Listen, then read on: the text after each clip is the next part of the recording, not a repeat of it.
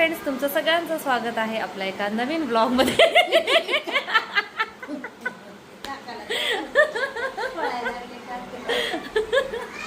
मी shoot चालू केलं की आमचे काका पटकन उठून पळाले, कारण की ते बनियनवरती होते.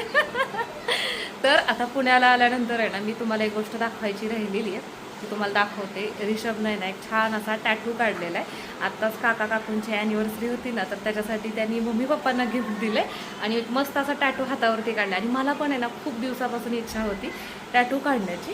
तर त्याचं बघून असं माझं ते जे आतले काहीतरी इच्छा होती ना, ती अशी उभारून आली आहे. त्यामुळे मी कालपासून त्याच्या मागं खरं तर घाट घातला होता की मला पण जायचं आहे, यायचं आहे.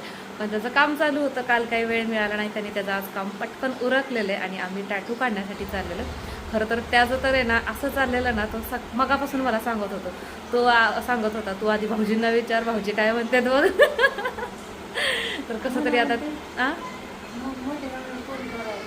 हां, हिला सांगत होता मी तिकडं गेल्यावर, दाजींना फोन करा आणि सांगा ही पुन्हा मास्टरची करायला लागली.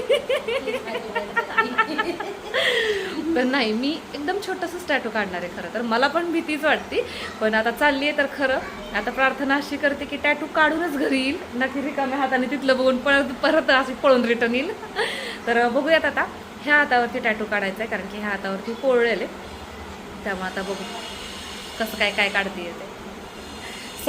समूचं मला फुल सपोर्ट होता, माहिती आहे का, मावशी काढ काही होत नाही. आता बघू काय होतंय. नको काढू मम्मा. गाडीवर वाट बघत बसलेला आहे. रानू टाटा. हा हो दाखवते की. हा बरं. तर खूप वेळेनंतर, मला नव्हतं माहिती एवढं लांब आहे, माहिती आहे का. आणि इतकी फास्ट गाडीत आणली ना ह्यानी. मी कशी मागं धरून बसले मलाच माहिती. तर आता आलेलो आहे आणि आता बघूयात. हा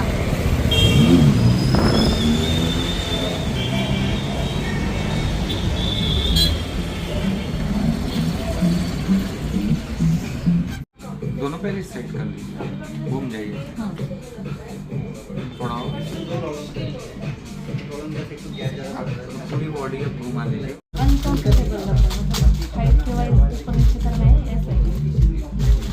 हाइट नीचे करेंगे ना तो अपना हाथ ऐसे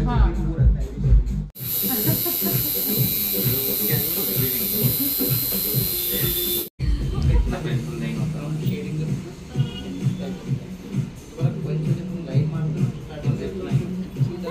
ठीक है.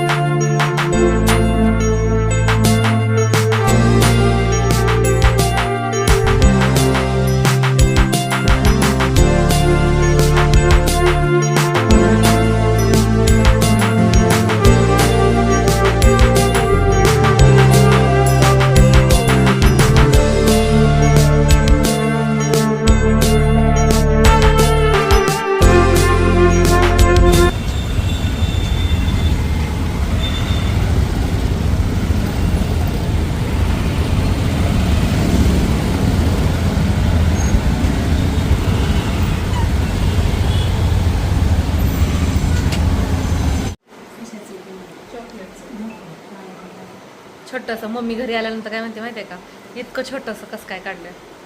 आणि ते छोटंसं काढता माझ्या नाकी नऊ आलं, माहिती आहे का. तर मी तुम्हाला ऋषभचं दाखवते.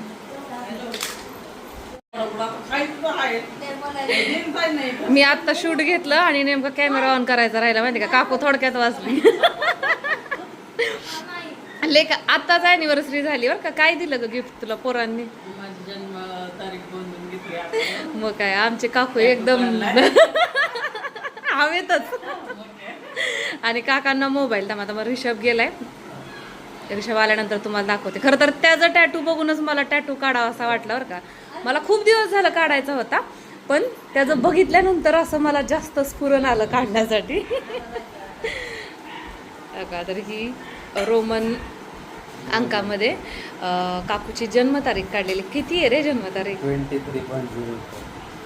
मग काय तर. आणि ऋषभनीच मला सांगितलं काही सुद्धा दुखत नाही, तू पण काढ. म्हणून दे इकडं तुझं काढण्यात दाखव. मग काय तर बघ की. सांगू का हे दिसताना हे एवढं दिसतंय आणि मी तर फर्स्ट टाइम केले. एकतर मी तिथपर्यंत जाईपर्यंत मला असं वाटायचं म्हणजे मी तिथं थांबते का रिटर्न येते.